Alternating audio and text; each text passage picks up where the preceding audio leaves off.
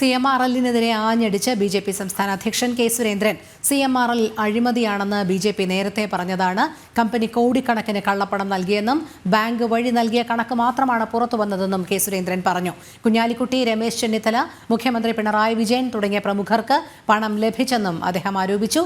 BJP മാത്രമാണ് പ്രകൃതി ചൂഷകരിൽ നിന്നും പണം വാങ്ങാത്ത ഏക പാർട്ടിയെന്നും കെ സുരേന്ദ്രൻ കോഴിക്കോട് പറഞ്ഞു. കോടിക്കണക്കിന് രൂപയാണ് CMRL കള്ളപ്പണമായിട്ട് നൽകിയിരിക്കുന്നത്. ഇതൊന്നും ബാങ്ക് വഴിയല്ല നൽകിയിരിക്കുന്നത്. ഇപ്പോൾ ബാങ്ക് വഴി നൽകിയതിൻ്റെ വിവരങ്ങൾ മാത്രമാണ് പുറത്തു വന്നിരിക്കുന്നത്.